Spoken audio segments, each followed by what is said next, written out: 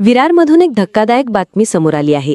विरारच्या डोंगरपाडा परिसरातील तब्बल 40 वर्ष जुनी इमारत कोसळल्याची दुर्घटना घडली आहे। श्री गणेश नावाची ही कोऑपरेटिंग हाऊसिंग सोसायटी असून या दुर्घटनेत 3 जण गंभीर जखमी झाले आहेत। जखमींना तात्काळ जवळच्या रुग्णालयात उपचारासाठी हलवण्यात आलं आहे। या जुन्या इमारतीत तब्बल 17 कुटुंब राहत होती। वसई विरार शहर महानगरपालिकेने यापूर्वीच या इमारतीला धोकादायक जाहीर केले होते। त्यानंतर आज ही दुर्घटना घडल्याने परिसरात एकच खळबळ उडाली आहे।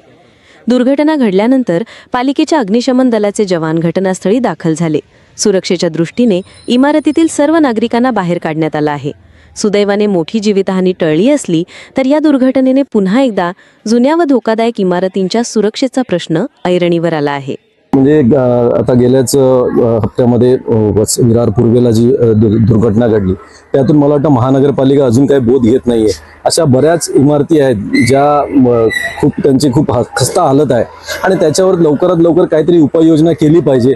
पण त्या दिवशी आम्ही सन्माननीय आयुक्तांना भेटलो आणि आयुक्तांना ते सांगितले सरसकट तुम्ही त्याच्यावर कारवाई करा, पण ती कारवाई करताना ज्या नवीन बिल्डिंग इमारती बनतायत त्यांना पण कुठेतरी आळा बसला पाहिजे। परत 10-12 वर्षांनी तेच करायचं का? महानगरपालिकेला एवढंच काम आहे किंवा लोकांचे बळी जाणार त्याच वेळेला महानगरपालिका जागी होणार का? मला असं वाटतं ह्याच्यातनं काहीतरी तोडगा निघाला पाहिजे। कुठला तरी निर्णय, एक चांगला निर्णय, मग तो लोकांच्या इथे राहणाऱ्या लोकांचंही नुकसान न होता या बिल्डिंगी देखील कशा पद्धतीने आपल्याला जमीनदोस्त करून त्या ठिकाणी त्यांना कसं दुसऱ्या ठिकाणी निर्वासित करता येईल अशा पद्धतीने कुठेतरी बघितलं गेलं पाहिजे। त्या अनुषंगाने मला वाटतं महानगरपालिकेने कारवाई केली पाहिजे। घटनास्थळावरती आपण आता इथे उपस्थित आहोत।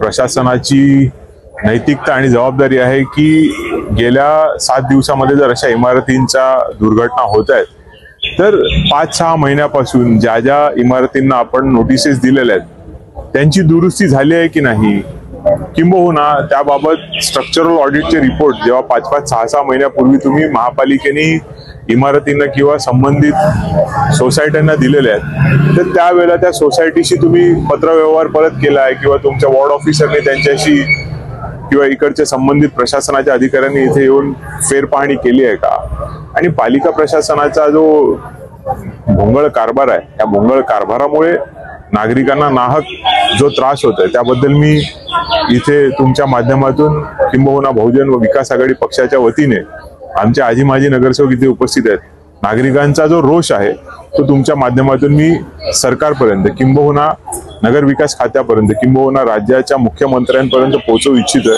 की जो विलंब सर्व गोष्टींना होते त्याला संपूर्णपणे प्रशासन हे कारणीभूत आहे।